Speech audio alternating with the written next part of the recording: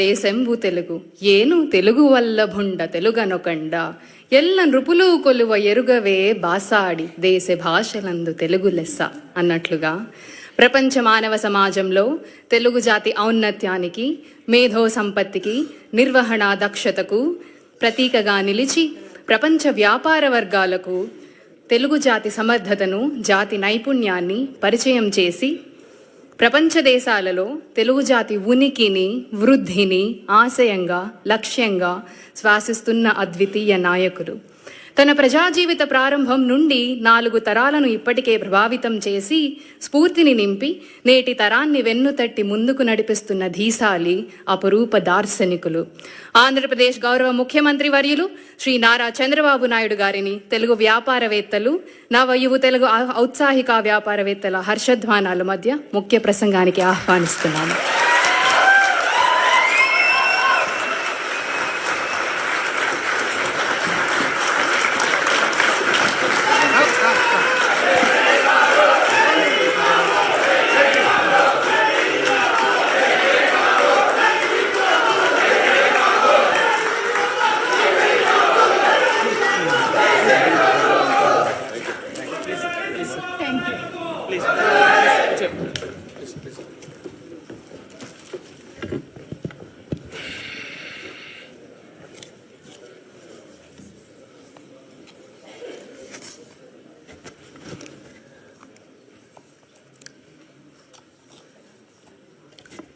తెలుగుదేశం కుటుంబ సభ్యులందరికీ నా నమస్కారాలు, అభినందనలు, శుభాభినందనలు.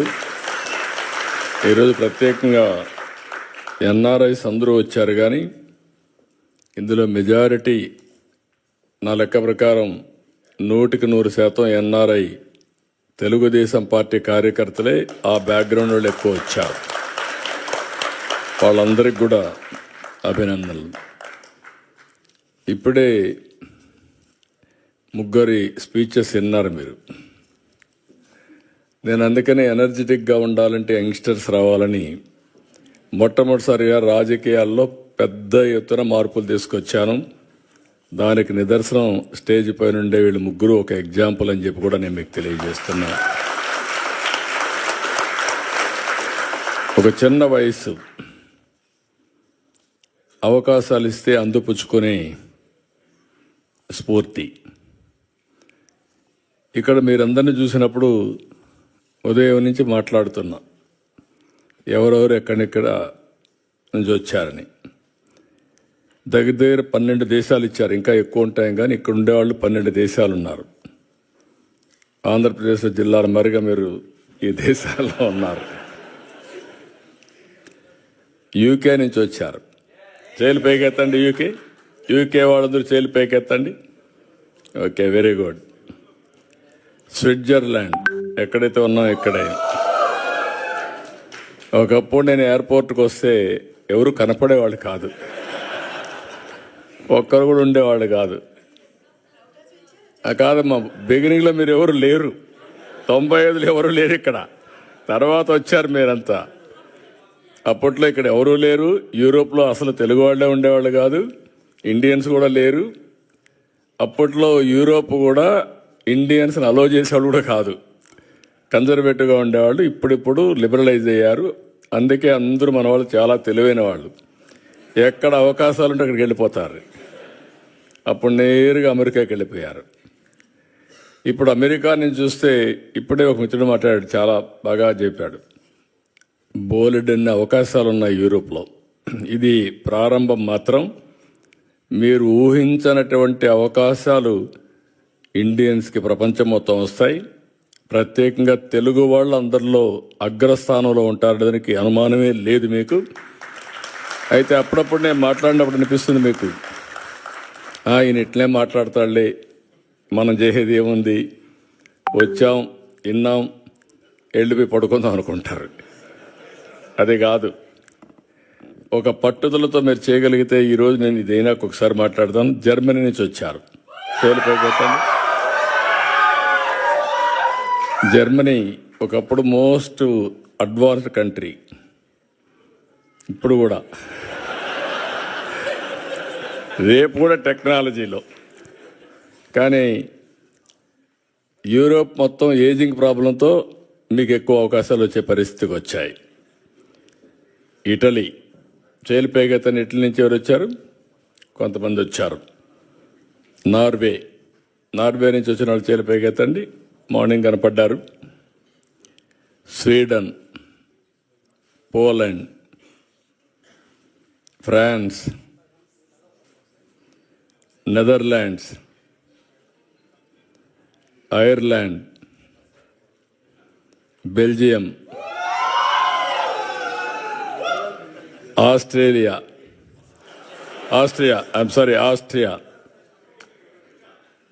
ఉన్నావు. లేకపోతే చాలా కొరతగా ఉంటుంది.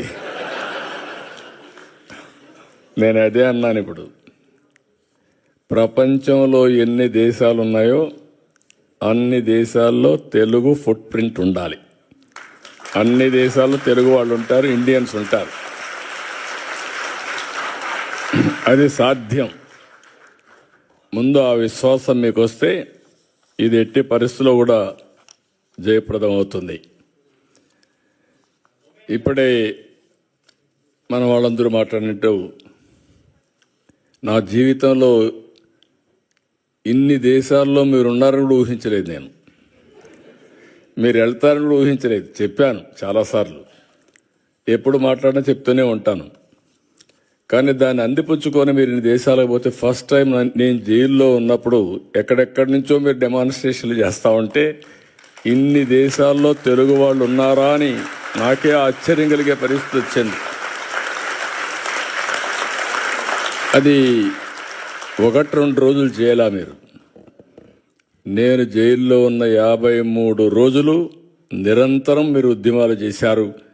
దీనికి నా జీవితాంతం నేను అనుకున్నాను.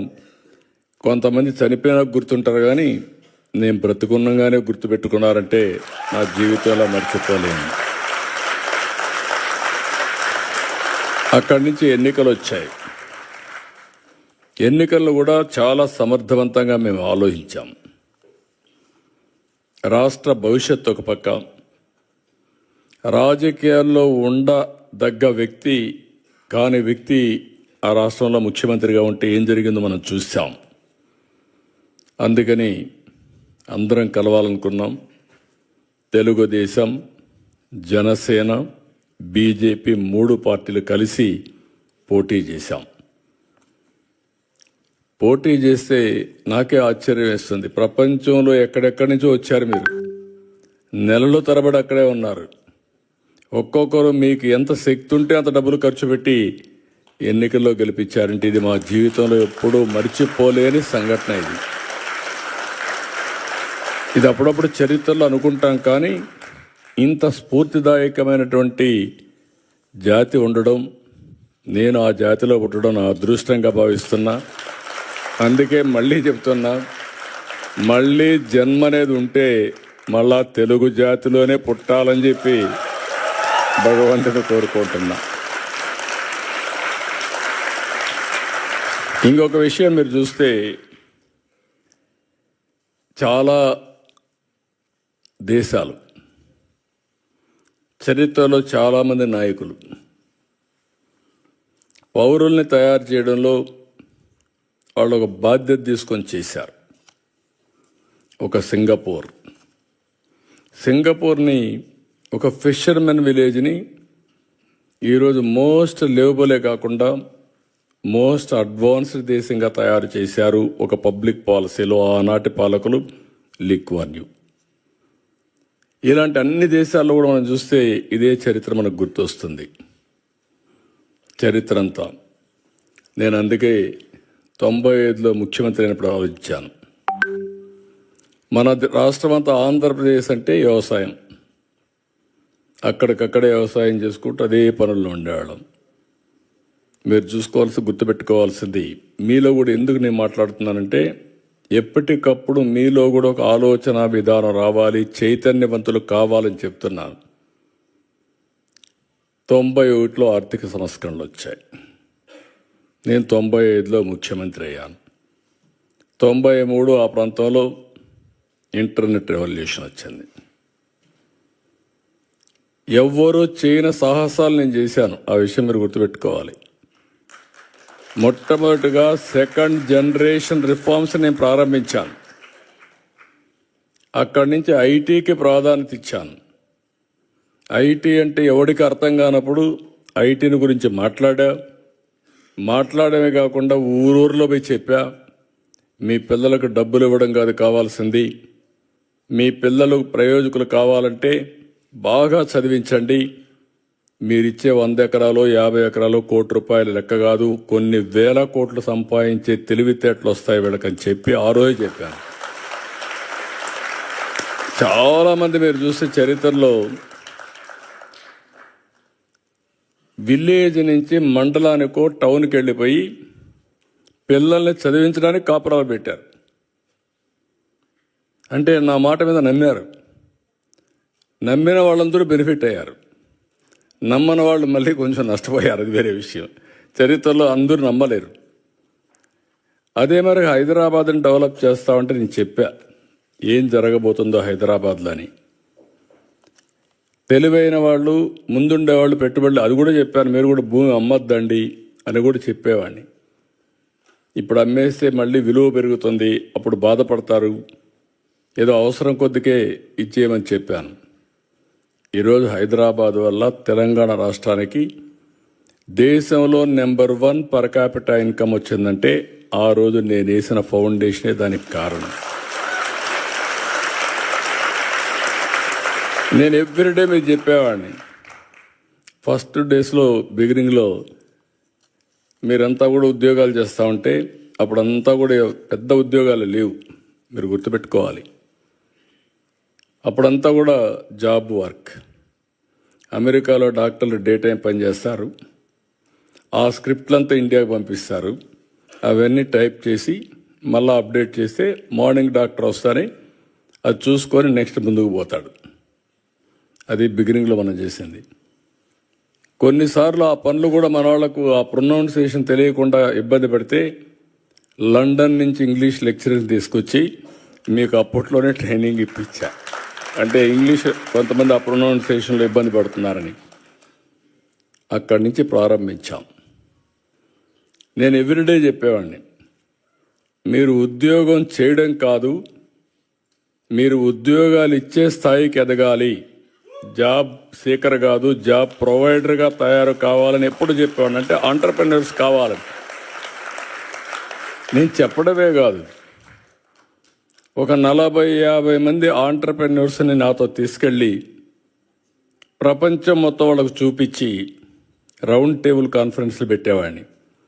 ఆ దేశంలో ఉండే ఆంటర్‌ప్రెన్యూర్స్ని పిలిపించి వాళ్ళకు నెట్వర్క్ చేసి ఎంఓయూలు కానీ లేకపోతే అనేక విధాలుగా అనుసంధానం చేస్తే ఈరోజు నేను గర్వంగా చెప్పగలుగుతున్నా, సెకండ్ జనరేషన్ ఆంటర్‌ప్రెన్యూర్స్ దానికి చిరునామా తెలుగు రాష్ట్రాలంటే ఆ రోజు చేసిన ఫౌండేషనే. ఇప్పుడే మా ఆడబిడ్డ చెప్తా ఉంది, ఆ రోజు చదువుకోవాలంటే ఆడపిల్లలు చదివించేవాళ్ళు కాదు తల్లిదండ్రులు. నేను ఎవ్రీడే సవాలుగా తీసుకొని చెప్పేవాడిని, మగపిల్లవాడైనా ఆడపిల్ల అయినా బాగా చదివించండి, మీకు ఇది ఒక పెద్ద ఆస్తి, వివక్షత చూపించద్దని ఎవ్రీడే చెప్పేవాడిని. చెప్పడం కాదు, నేను ఒక పాలసీ తీసుకొచ్చాను. కాలేజ్ సీట్లలో ఉద్యోగాల్లో 33% ఆడబిడ్డలకు రిజర్వేషన్లు పెట్టాను. మొత్తం అప్పుడు పెడితే చాలామంది నన్ను అడిగారు, 33% పెట్టారు, ఇప్పుడు వాళ్ళు 60% వస్తారు, మెరిట్లో కూడా కొన్ని వస్తాయి, మీకు 40 వస్తాయి మగవాళ్ళు అంటే బ్యాక్లాగ్ ఉందిలే, అదన్నీ ఫిలప్ కావాలి, ఆ తర్వాత చూద్దాం మీ కథ అని చెప్పి చేశాను. అదే మాదిరిగా రాత్రుల్లో కూడా ఆడబిడ్డలు పనిచేయగలుగుతారని నిరూపించి ఐటీ దీనికి 24/7 కింద పెట్టి ప్రత్యేకంగా సెక్యూరిటీ కూడా పెట్టి మీకు పని చేయించాం. ఇప్పుడు ఏ ఐటీ కంపెనీకి పోయినా నేను అప్పుడప్పుడు కంపేర్ చేస్తూ ఉంటాను, మీలో కూడా ఉంటారు.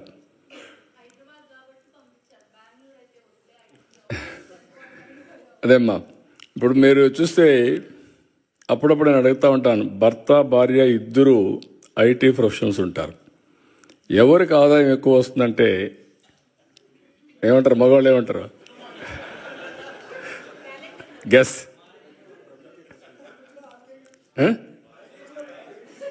అని కూడా కాదు, మన ఆడవాళ్ళని మనం సరిగా అంచనా వేయలేదు కానీ there is a theory, right brain left brain. Go and ask your ChatGPT. Ladies are more intelligent than men. It is established fact. మనం నమ్మినా నమ్మకపోయినా అది వాస్తవం. అందుకే ఇవన్నీ నేను ప్రమోట్ చేసినప్పుడు నాకు అనిపించింది చాలా, ఇప్పుడు ఎక్కడికి పోయినా కూడా ఇంకొక ఇది కూడా ఉంది, మీకు గుర్తుపెట్టుకోవాలి. మీరు కూడా ఫాలో కాలేదనుకుంటున్నాను నేను, అయితే ప్రమాదం. డబ్బులు వచ్చాయి, ఇద్దరు కూడా ఉద్యోగాలు చేస్తున్నారు, double income, no kids, let us enjoy.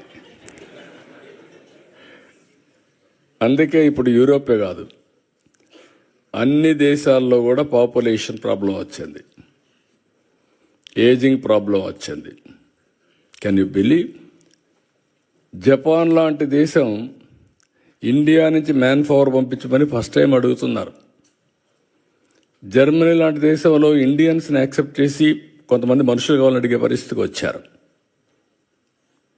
అంటే ఏదైతే సరైన సమయంలో నిర్ణయం చేయలేకపోయారో దానివల్ల ఆ దేశాలు ఈరోజు మీరు చూస్తే సంపద సృష్టించారు, టెక్నాలజీ ఉంది, అగ్రదేశాలు. మనుషులు లేకపోతే ఎవరికోసం, దీనికి ఎవరు ఎంజాయ్ చేస్తారు? That is the stage today. India is very fortunate. 2047కి ఇండియా, నాకు ఏం అనుమానం లేదు, ప్రపంచంలోనే నెంబర్ 1 కానీ నెంబర్ 2 కానీ తయారవుతున్నాం. ఒకప్పుడు నేను ఎక్కడికి పోయినా జూయిష్ అని చెప్పేవాడిని. జూయిష్ ఉన్నారు, ఈ ఊర్లో ఒకరు ఉంటారు, లేకపోతే ఇద్దరు ఉంటారు, ఊరంతా వాళ్లే కంట్రోల్ చేస్తూ ఉంటారు. దానికి కారణం రాజకీయ విరాళాలు ఇస్తారు, లేకుంటే చారిటీ చేస్తారు, అందువల్ల వాళ్ళకి మంచి పేరుంది. మీరు ఎప్పుడైనా ఒక రోజున వాళ్ళని క్రాస్ చేయాలని చెప్పేవాడిని. ఇప్పుడు ఐఎమ్ ప్రౌడ్ టు సే, ప్రపంచం మొత్తం పర్ క్యాపిటా ఇన్కంలో జూయిష్ కంటే ఎక్కువ ఇండియన్స్కి వస్తూ ఉంది. అందులో తెలుగు వాళ్ళు అగ్రస్థానంలో ఉన్నారు. ఇంకా వెల్త్ క్రియేషన్లో ఇంకా ముందుకు పోవాలి, అది కూడా అవుతాం, నాకేం డౌట్ లేదు దాంట్లో. ఎందుకంటే జూయిష్ పాపులేషన్ అంతా 1,20,00,000, ఇండియా పాపులేషన్ 145 కోట్లు ఇప్పటికి, తెలుగు వాళ్ళ పాపులేషన్ 10 కోట్లు. తెలుగు వాళ్ళు ఒక 3-4 కోట్లు ప్రపంచం అంతా వెళ్ళిపోతే ఒక 2 కోట్లు, ఇంకా మీరు ప్రపంచాన్ని అంతా మీరే దున్నేస్తారు, నాకేం అనుమానం లేదు. ఇప్పుడే అంటున్నాడు రామ్మోహన్ నాయుడు, మీరు తిరిగి వచ్చేయండి అని. అదే మరి లోకేష్ గారు అన్నారు, మీరు వచ్చేసి డెవలప్ చేయాలని. నేను రమ్మనడం లేదు మిమ్మల్ని, మిమ్మల్ని ఇక్కడే ఉండమంటున్నా, ఇంకా ఎక్స్పాండ్ కావాలని కోరుకుంటున్నా. నా విజన్కు వాళ్ళ విజన్కు అదే వ్యత్యాసం. నేను అనేది ఏంటంటే గ్లోబల్ లీడర్స్ కావాలనుకున్నా. ముందు global citizens, global leaders. Distance is not the criteria. మీరు స్విట్జర్లాండ్లో కూర్చోండి, డెన్మార్క్లో కూర్చోండి, జర్మనీలో కూర్చోండి, ఆంధ్రప్రదేశ్ అభివృద్ధి చేయాలంటే ఫోన్ తీసుకుంటే పని అయిపోతుంది. అది ఈరోజు మన పరిస్థితి. అందుకే నేను ఇచ్చిన పిలుపు ఏంటంటే తెలుగు వాళ్ళందరూ ప్రపంచం అంతా ఉండాలి. కర్మభూమికి మీరు సహకరించాలి. మళ్ళీ మళ్ళీ చెప్తున్నా, మీరు ఎక్కడున్నారో అది కర్మభూమి. అవకాశాలు ఇచ్చింది మీకు. ఇచ్చినప్పుడు ఇక్కడ కర్మభూమికి మీరు పట్టించుకోకపోతే మీ మీద అసూయ వస్తుంది, అది కరెక్ట్ కాదు. అదే సమయంలో మీకు అవకాశాలు ఇవ్వడానికి మీకు అవకాశం కల్పించింది జన్మభూమి, మీ స్వగ్రామం. రెండు కూడా బ్యాలెన్స్ చేయాలని మరొక్కసారి మిమ్మల్ని అందరినీ కోరుకుంటున్నా. చేస్తారని చెప్పి కూడా నేను ఆశిస్తున్నా. ఇది ఒక పద్ధతి ప్రకారం మనం పెట్టుకోగలిగితే ఏదైనా సాధ్యం. ఇక్కడ ఈరోజు నేను మాట్లాడినప్పుడు చూశాను, ఇక్కడ ఉండే వాళ్ళల్లో ఎంతమంది ఆంటర్ప్రెన్యూర్స్గా ఉన్నారో చేతుల పైకెత్తండి. Entrepreneurs, okay. ఎంతమంది ప్రొఫెషనల్గా ఉద్యోగాలు చేస్తున్నారు చేతుల పైకెత్తండి. ఓకే. ఎంతమంది ఇంట్లో ఇద్దరుంటే భార్యాభర్త ఉద్యోగాలు చేస్తున్నారు వాళ్ళ పైకెత్తండి.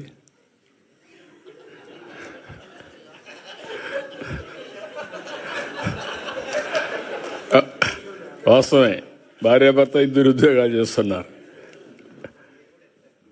నేను లోకేష్ గారు చెప్పినట్టు నేను ఒక రాజకీయాల్లో కూడా చాలా ఒక రెవల్యూషన్గా చేయాలని నా కోరిక. ఎవరైనా సరే ఏ ఫీల్డ్లో ఉన్నా రాణించాలంటే ఆర్థికంగా ఇబ్బందులు లేకుండా ఉండాలి. అందుకే నేను ఆలోచించింది, రాజకీయాల ద్వారా డబ్బులు సంపాదిస్తే ఎప్పటికీ ఆ గౌరవం రాదు. కాబట్టి ఫ్యామిలీ ఎప్పుడు రాజకీయం పైన ఆధారపడకూడదని నేను వ్యాపారాలు చేయాలని బిగినింగ్లో నిర్ణయించి 1-2 ఫెయిల్ అయినా ఫైనల్గా హెరిటేజ్ పెట్టాం. ఈరోజు కుటుంబం గౌరవంగా బతికే పరిస్థితి వచ్చిందంటే అది ఆ రోజు ప్రారంభించిన హెరిటేజ్ అని చెప్పి కూడా మీకు తెలియజేస్తున్నాను. ఎప్పుడు నేను రాజకీయం చేసేవాడిని, మా మిస్సెస్ ఆ కంపెనీ చూసుకునేది. ఇప్పుడు లోకేష్ గారు కూడా రాజకీయాల్లోకి వస్తే బ్రహ్మణి గారు పని చేసుకుంటున్నారు. కుటుంబానికి ఎలాంటి ఇబ్బందులు, ఇది అందరికీ రావాలనేది నా కోరిక. దాన్ని ఎప్పటికప్పుడు ప్రమోట్ చేసిన ఒకసారి ఆలోచించారు, కానీ అది కుదరలేదు. రాజకీయ పార్టీ కూడా ఒక కంపెనీ పెట్టి వచ్చే డబ్బులు రాజకీయాలకు ఖర్చు పెట్టాలని, అది వీలుగాల, అది లాస్ ఒప్పుకోలేదు, అందువల్ల చేయలేకపోయాను. ఇప్పుడు నేను మిమ్మల్ని కోరేది ఏంటంటే, నేను 1 ఫ్యామిలీ 1 ఆంటర్ప్రెన్యూర్ అని పెట్టుకున్నాను. నేను ఇక్కడుండే మీరందరూ కూడా ఉద్యోగాలు చేస్తూ ఓసారి టకామని ఉద్యోగం మానేసి ఆంటర్ప్రెన్యూర్ చేస్తే అది కానీ గిట్టుబాటు కాకపోతే మొత్తం దెబ్బతింటామని భయం కూడా ఉంటుంది. గ్రాడ్యువల్గా మీరు ఆలోచించుకోవాల్సింది, సంపద సృష్టించడం కష్టం కాదు, కేర్ఫుల్గా పనిచేస్తే ఏదైనా సాధ్యం.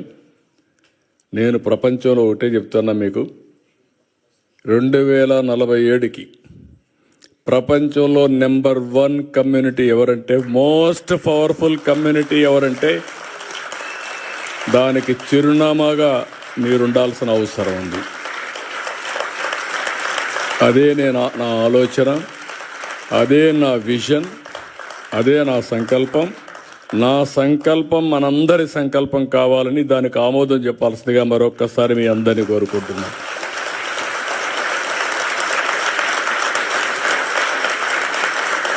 ఒక వ్యవసాయం చేసే కుటుంబం నుంచి వచ్చాం. ఏమీ లేకుండా కూలి చేసుకునే కుటుంబాల నుంచి వచ్చాం. ఈరోజు ప్రపంచం ఎక్కడ పోయినా అక్కడ రాణించే పరిస్థితికి వచ్చాం. ఈ స్థాయి నుంచి ఇంకొక స్థాయికి పోవడం పెద్ద కష్టం కాదు, ఇది మీరు దృష్టిలో పెట్టుకోండి.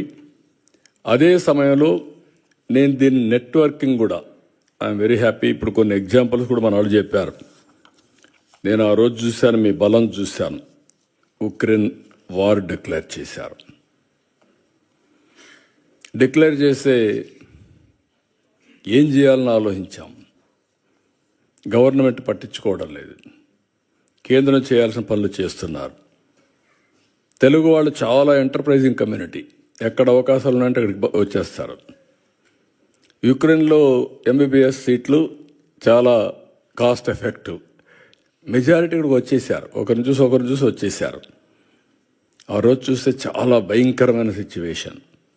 అప్పుడు నేను పిలిపించాను, రవి ఇక్కడ, NRT రవి ఇక్కడే ఉన్నాడు, ఆయన్ని పిలిపించి అందరితో మాట్లాడి మా దగ్గర ఉండే నెంబర్లన్నీ తీసుకొని ఒక మెసేజ్ ఇచ్చాం.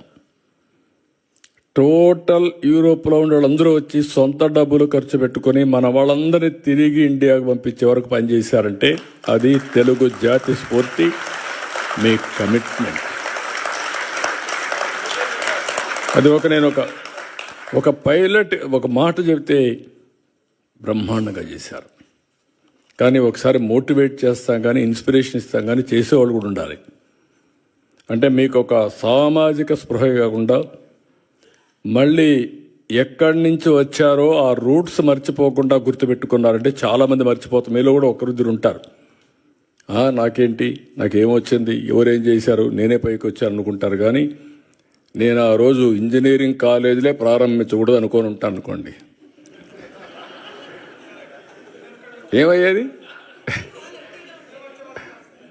అవునా కాదా? That is the vision I have given.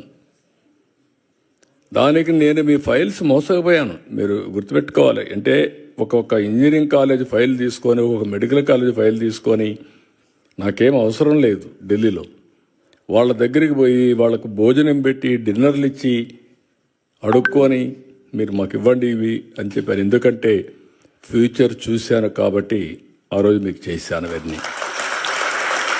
రెండోది, మీరు చూస్తే ముఖ్యమంత్రులు అంటే పెత్తందారులుగా ఉంటాం.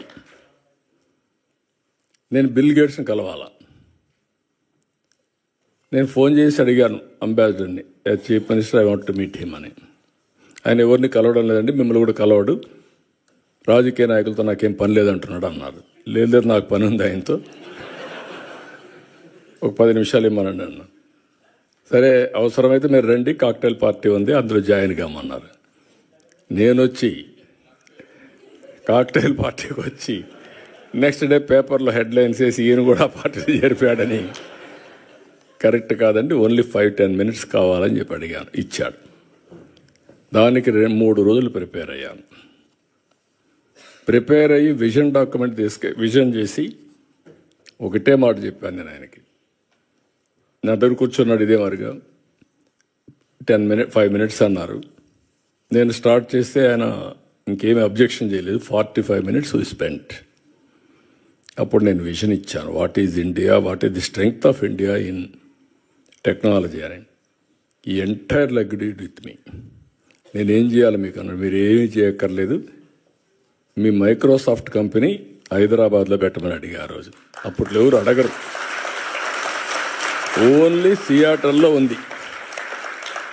ఎందుకంటే మైక్రోసాఫ్ట్ వస్తే ప్రపంచం అంతా అనుకుంటారు హైదరాబాద్లో ఏమీ లేకపోతే వచ్చాడు, మైక్రోసాఫ్ట్ పెట్టాడని చెప్పి అన్ని కంపెనీలు వస్తాయి.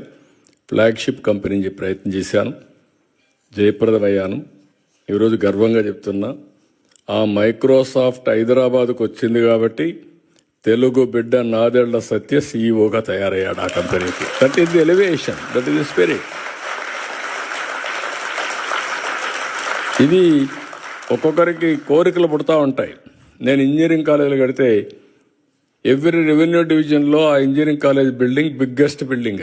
అది చూసి నేను కూడా ఈ కాలేజీలో చదువుకోవాలని చదువుకున్నవాడు మీలో కూడా చాలామంది ఉంటారు. అలాంటి స్ఫూర్తిదాయకమైన కాలేజీలు మనం కట్టాము, అన్ని లాభాలు వచ్చాయి. ఇప్పుడు నేను మిమ్మల్ని కోరేది ఏంటంటే, ఇక్కడి నుంచి నెక్స్ట్ స్టెప్కు మనం వెళ్దాం.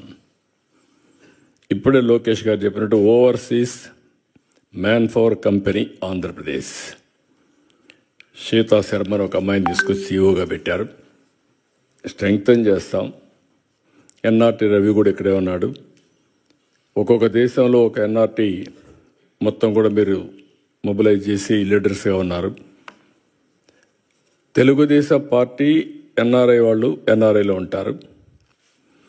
ఎన్ఆర్టీలో కూడా మీరు ఉండి ఎన్ఆర్టీని బలపరిస్తే గవర్నమెంట్ పరంగా వచ్చినప్పుడు, ఇప్పుడు నేను కూడా ఒక పక్క ముఖ్యమంత్రిని, ఒక పక్క పార్టీ అధ్యక్షుడిని, ఈ 2 బాధ్యతలు నిర్వహించినప్పుడు that is political governance. Political mandate తీసుకున్నాను, ముఖ్యమంత్రి అయ్యాను. పార్టీ అధ్యక్షుడిగా నేను హామీలు ఇచ్చాను, అవి నెరవేరుస్తాను. పార్టీ కార్యకర్తలు మీరందరూ కూడా పార్టీకి సపోర్ట్ చేసిన వాళ్ళే. మీ రుణం తీర్చుకోవాలి. తగిన విధంగా ప్రతి ఒక్క రుణం తీర్చుకోవడానికి నేను అన్ని విధాల ప్రయత్నం చేస్తున్నాను. అది వచ్చినప్పుడు ఎన్ఆర్టీ ఉంటుంది, ఎన్ఆర్ఐ ఉంటుంది. మూడోది, ఈ 2 చేసిన తర్వాత ఏ విధంగా మిమ్మల్ని ప్రమోట్ చేయాలని ప్లానింగ్ చేయాలి, ఎంపవర్ చేయడానికి.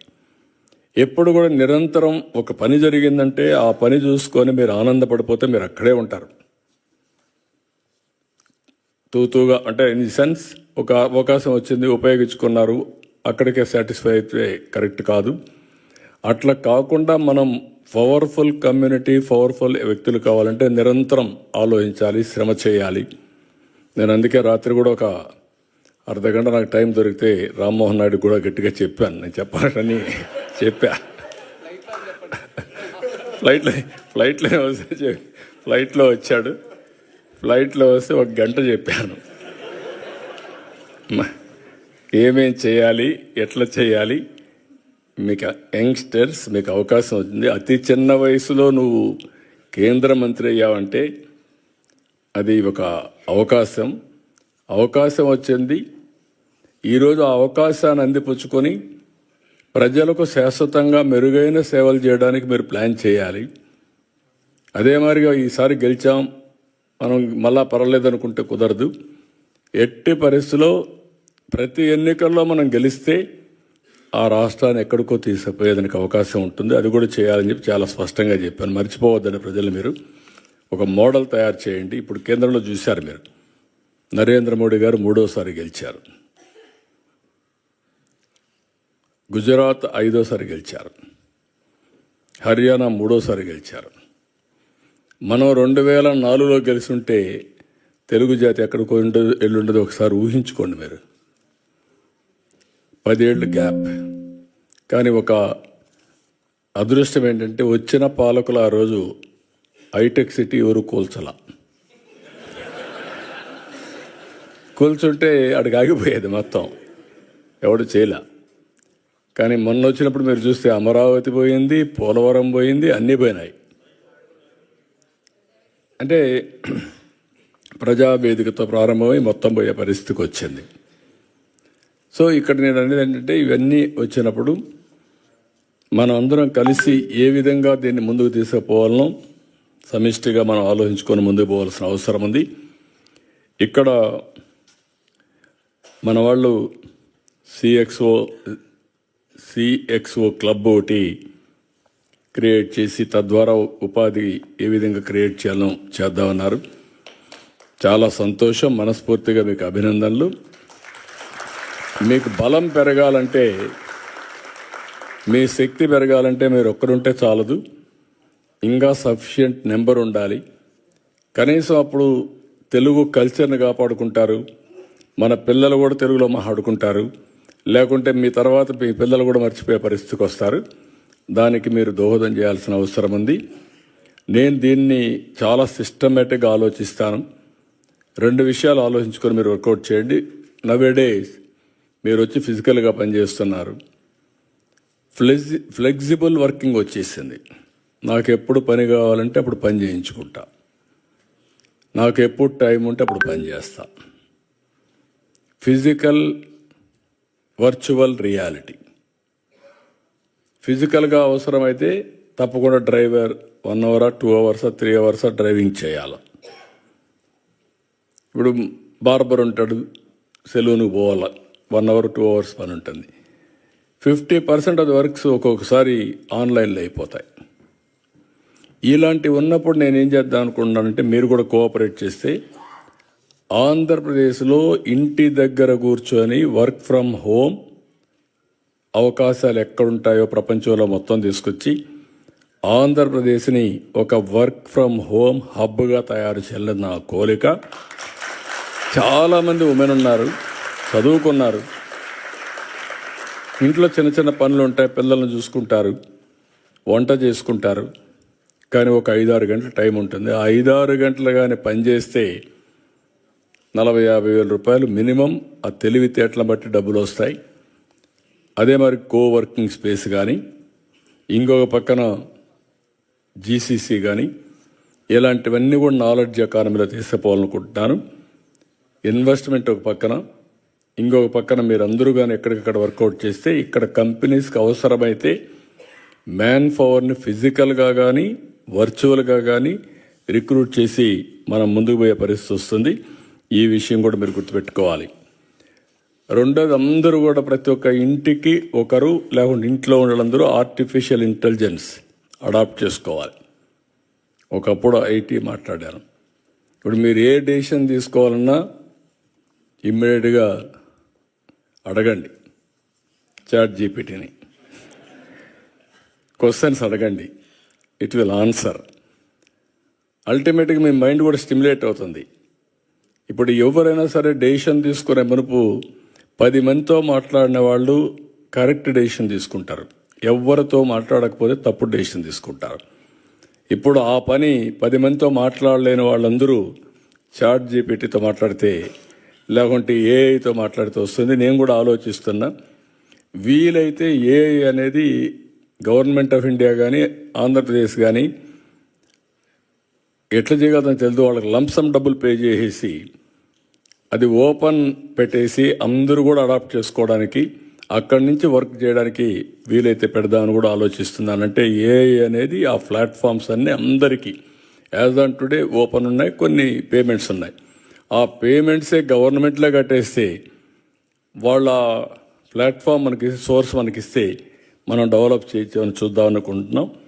ఇది కూడా మీరు గుర్తుపెట్టుకొని ఏ విధంగా చేయాలో మీరు చేయాల్సి నేను కోరుతున్నాను. ఇంకొక పక్కన ఈరోజు నేను ఒక విజన్ డాక్యుమెంట్ తయారు చేశాను. ఆ విజన్ డాక్యుమెంట్ గురించి ఎక్కువ నేను మాట్లాడిన, ఎందుకంటే మళ్ళీ టైం లేదు కాబట్టి ఫొటోస్ కూడా కావాలి మీకు. మళ్ళీ మాకు అక్కడ ఫంక్షన్ కూడా ఉంది, దానికి ఎక్కువ టైం ఇస్తున్నాం. 2047కి స్పష్టమైన గైడ్ లైన్స్ ఇచ్చాను. ఒక 10 ప్రిన్సిపల్స్ పెట్టాను. జీరో పావర్టీ, అదే మరిగా ఉద్యోగాల కల్పన, అదే మరిగా population management, skill development, human resource development, ఇంకో పక్క వాటర్. అందుకే ఇప్పుడు కొత్తగా మీరు చూస్తే గోదావరి నుంచి బనకచెర్లకు నీళ్లు తీసుకుపోవాలనుకుంటున్నా. అది వస్తే పెద్ద గేమ్ చేంజర్గా అవుతుంది, అది కూడా వర్కౌట్ చేస్తున్నాం. ఇంకో పక్క వ్యవసాయం పైన ఎక్కువ శ్రద్ధ పెడుతున్నాం. గ్లోబల్ బెస్ట్ లాజిస్టిక్స్ హబ్గా తయారు చేయాలనుకుంటున్నాం. పవర్లో మీరు ఊహించని పరిణామాలు వస్తున్నాయి. ఈరోజు మీరు చూస్తే ఇంటిపైనే కరెంటు తయారు చేసుకునే పరిస్థితికి వచ్చాం. అదే మరిగా ఈరోజు విండ్ పవర్ వచ్చింది, అదే మరి పంప్డ్ ఎనర్జీ వచ్చింది, గ్రీన్ ఎనర్జీ వచ్చింది. ఇప్పుడు ఆంధ్రప్రదేశ్కి ఒక గ్రీన్ హైడ్రోజన్ హబ్గా తయారయ్యేదానికి అవకాశాలు వచ్చాయి. దీనివల్ల కొన్ని లక్షల మందికి ఉద్యోగాలు వస్తాయి. పోర్ట్లు ఉన్నాయి కాబట్టి మన దగ్గర నుంచి మనం ఎక్స్పోర్ట్ చేసే పరిస్థితి కూడా వస్తుంది. దీనికి కూడా శ్రీకారం చుట్టి మనం ముందుకు పోతున్నాం. నేను మిమ్మల్ని అందరినీ ఇంకా ఎక్కువ టైం కాకుండా పాలసీలని తీసుకొచ్చాం, అన్నీ తీసుకొచ్చాం. ఏ విధంగా మిమ్మల్ని అందరినీ విన్ విన్ సిచ్యువేషన్లో ఆంధ్రప్రదేశ్ అభివృద్ధిలో కూడా భాగస్వాములు చేయాలని నేను కూడా ఆలోచిస్తా. ఫస్ట్ మీరంతా ఎన్ఆర్టీలో మెంబర్స్గా తయారైతే ఒక డేటాబేస్ వస్తుంది.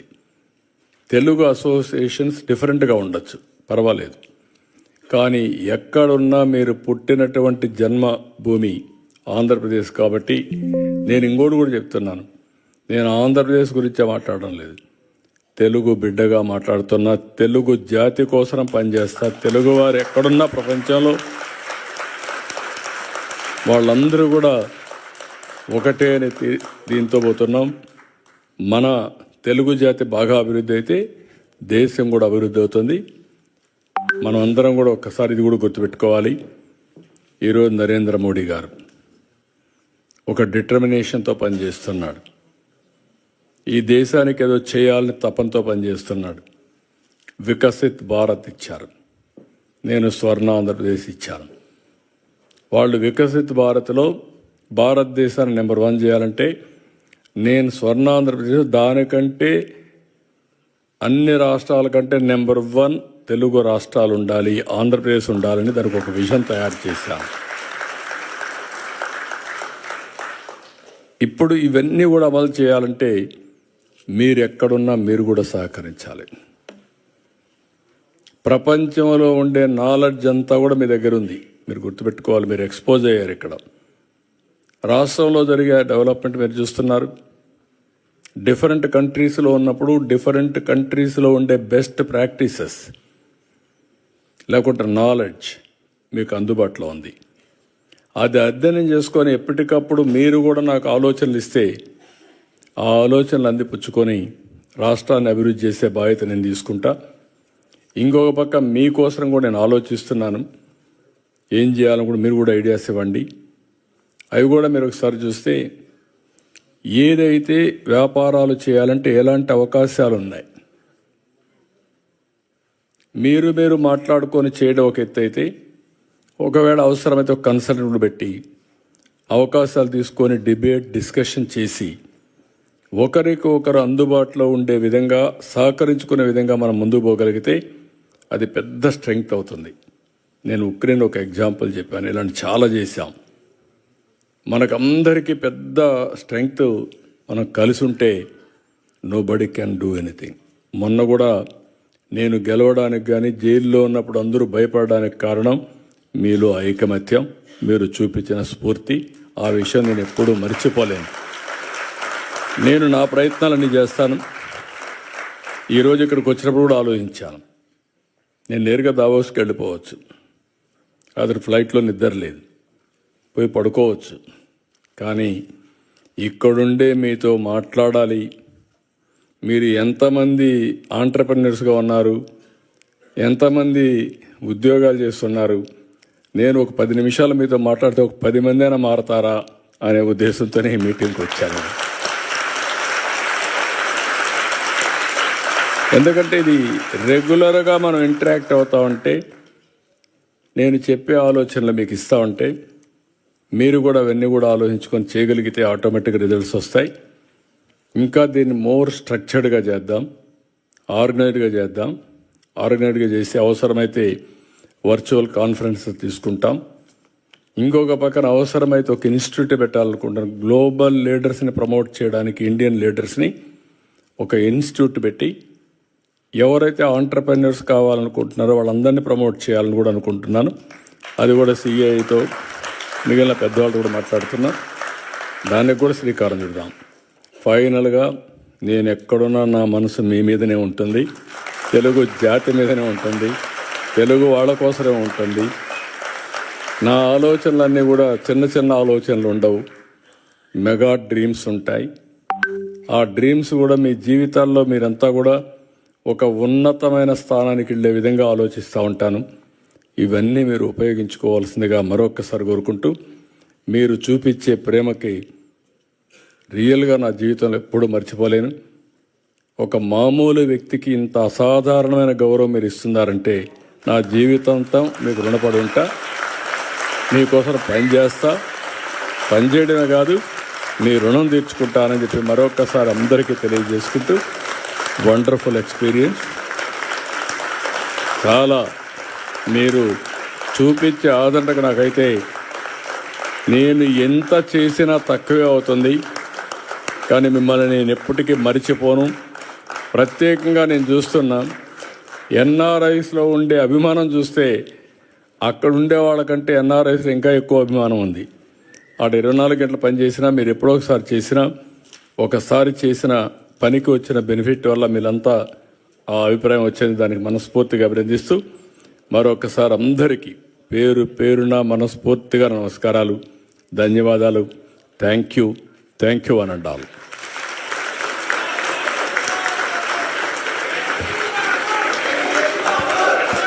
ఒక్క నిమిషం అండి. దీని ముందు మాట్లాడుకున్నాం మనం తెలుగు జాతి ఉనికికి వృద్ధి కోసం ఆయన పనిచేస్తున్నారని. So thank you so much for the speech, sir. Finally, we'll have vote of thanks by Mr. Yuvraj, Dr. Yuvraj N, Industries Secretary from Government of AP. Post that, we'll have the photo session. I request everyone to be please seated. It's a humble request, so please take your seats.